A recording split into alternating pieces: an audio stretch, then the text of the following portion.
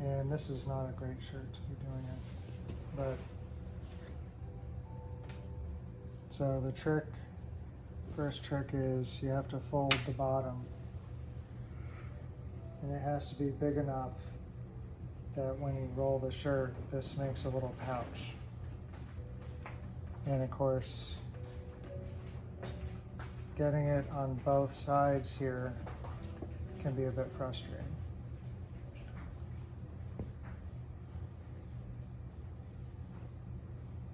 And see, like that, and then it likes to fold. The bottom line, you folded it over. Okay, then, and there's a different technique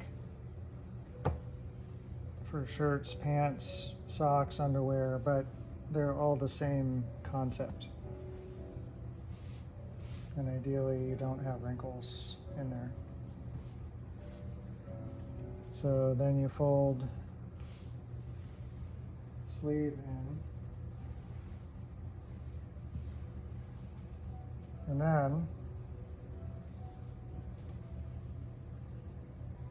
you go, and I think it's not all the way. Like a quarter of the way, then, or a third of the way. More like a third. And then this goes there. And then I'm still trying to figure out how to repair these little things. But okay, now you're gonna roll toward the future pouch. So I like to try to get wrinkles out. And you just start rolling. And ideally, you're getting rid of wrinkles as you go, because wrinkles will make more wrinkles as it gets squished in there. And I'm also learning that some fabrics really aren't good for this, because some fabrics, like cotton, seems to work really well, because that seems to be going pretty flat. But inevitably at the bottom it tends to get wrinkled anyway. Okay, so now I've rolled on top of half of that, right? Mm-hmm. And then you have this to fold over.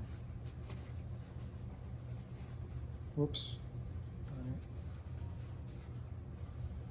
And that's it. Cool. What's that called? And this is cat proof.